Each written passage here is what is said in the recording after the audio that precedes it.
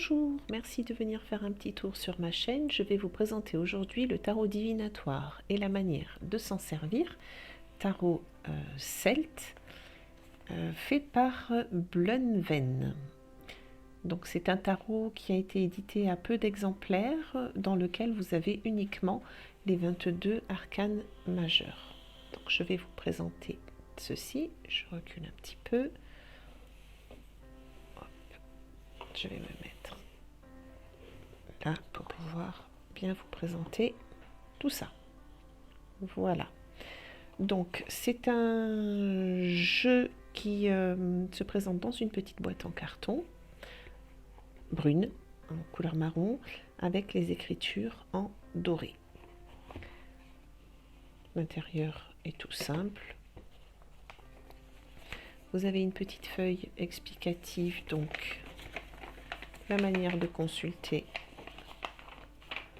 le tarot, un tirage en croix. Il n'y a pas de livret. Et les cartes se divisent ensuite en deux parties. Donc vous avez des cartes pour représenter donc l'image et une autre pour expliquer la signification de la carte à l'endroit et à l'envers. Donc je vais essayer de faire tenir ça. Voilà, pour vous les montrer correctement. Donc vous avez le mât, on est sur un type Marseille. Vous avez toujours le même cadre et le personnage au centre. Alors, il est indiqué au dos de la boîte.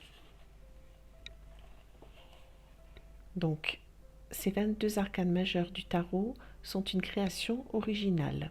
Chaque lame est à rehausser à la main. La signification de chaque carte, qu'elle soit droite ou renversée, vous est donnée, ainsi qu'une manière de consulter le tarot.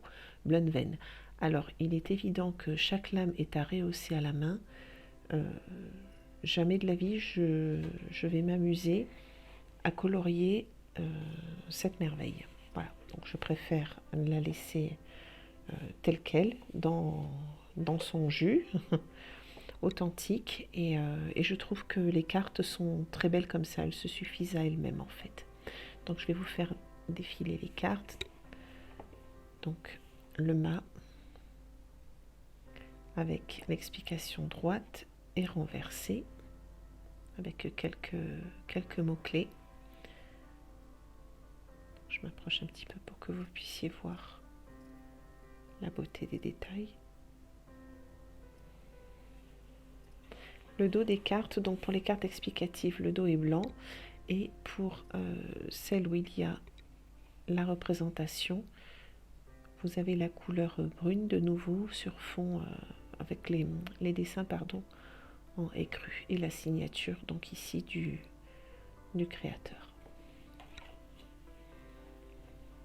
Nous avons ensuite le battleur. Je vais y arriver. Voilà. Je vous approche la carte à chaque fois pour que vous puissiez voir bien les détails. Je trouve ces dessins absolument superbes.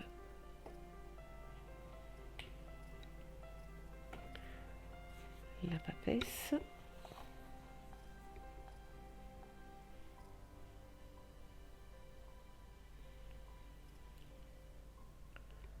Avec les détails.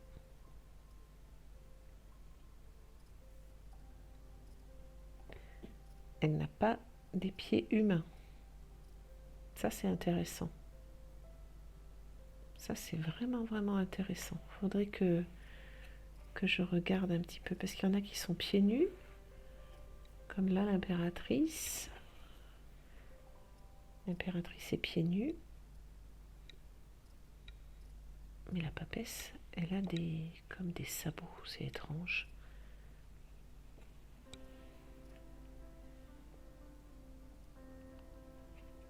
Je montre toujours les détails, vous voyez là, hop, pieds nus. L'empereur aussi.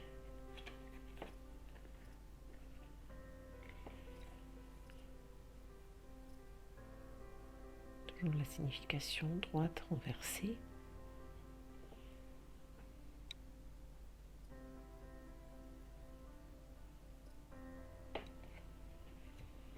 Des sabots pour le pape aussi. Tiens, ça alors, c'est un sacré couple. À voir ce que ça veut dire. C'est la première fois que je vois un pape et une papesse avec des sabots. Des sabots d'animaux en plus. Je vais regarder. Ouais. Les deux. Intéressant. L'amoureux.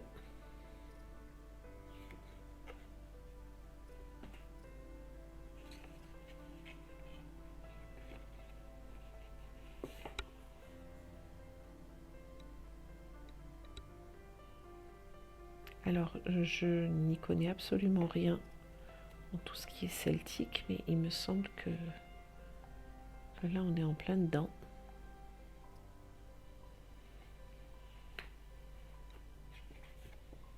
Le chariot, ma carte préférée de ce jeu, avec le petit coquillage.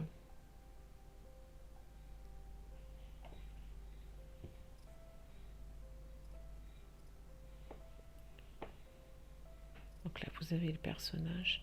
Je ne sais pas ce que c'est comme... il est bizarre. On dirait qu'il a une grande tête avec plusieurs yeux. Je ne sais pas. Très étrange.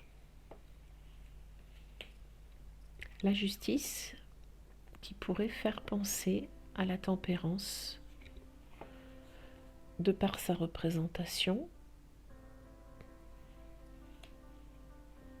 Là, vous avez un ange ailé avec la trompette.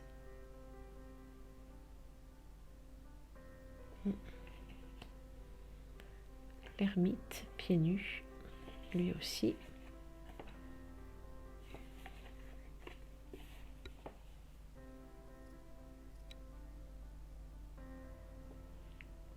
Voilà.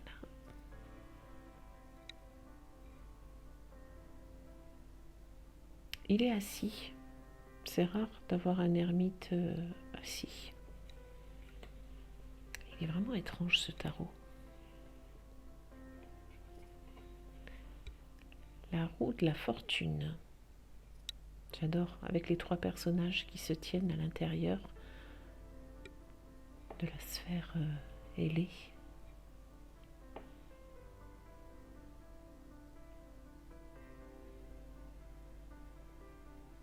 Voilà.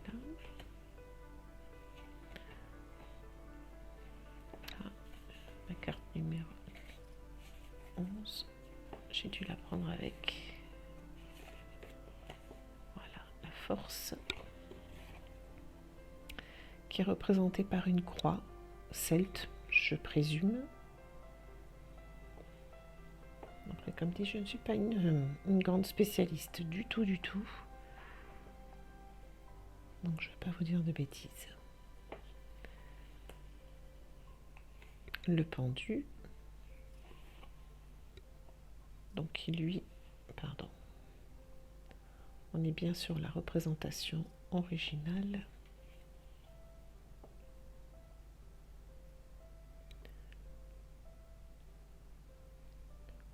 Et il tire la langue. La mort.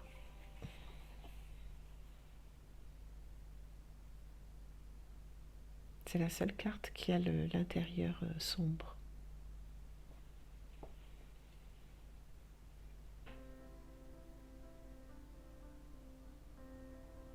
Alors les sens se sont inversés aussi. Elle est tournée vers la gauche, vers le passé.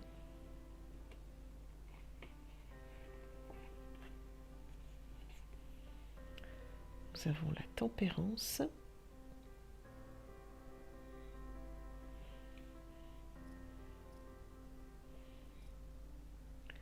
Avec cette femme qui est habillée.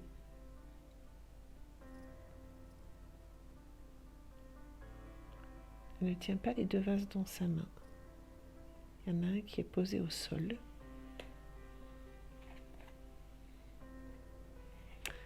Le diable. Alors j'ai déjà vu des représentations de diable avec cet animal. Je ne sais pas du tout quel est son nom.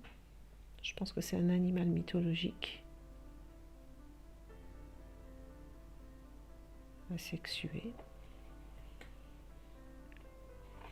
La maison Dieu.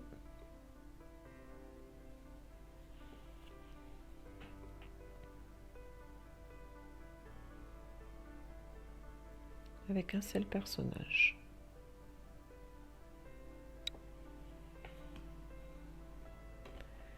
L'étoile.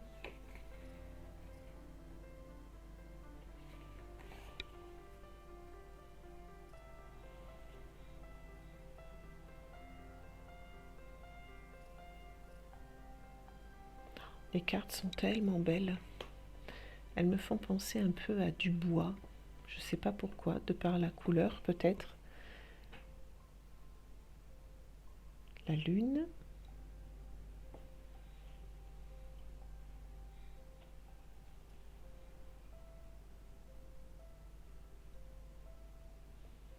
Alors là, on doit être sur une symbolique, hein, parce que je ne reconnais pas du tout la lune.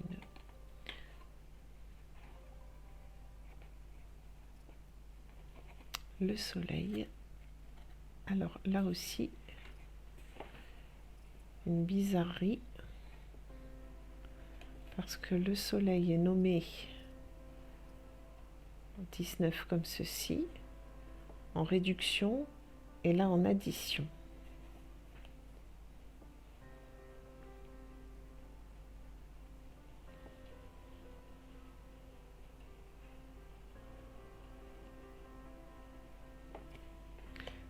Le jugement.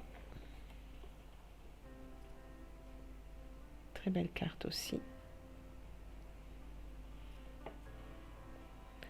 Où là, vous avez les dessins qui sortent du cadre. C'est la seule carte où les dessins vont au-delà.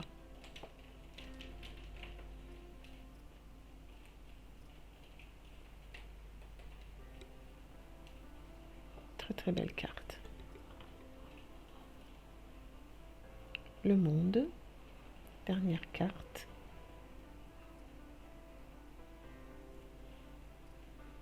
Là, les dessins vont quand même sur le côté.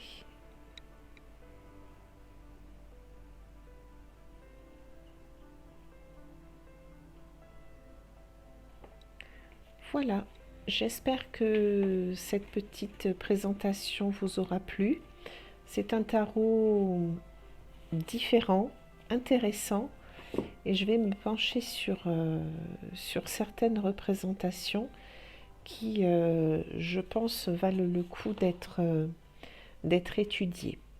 Je vous dis à très bientôt, si le cœur vous en dit. Si vous passez par là, n'hésitez pas à mettre un petit pouce ou à vous abonner.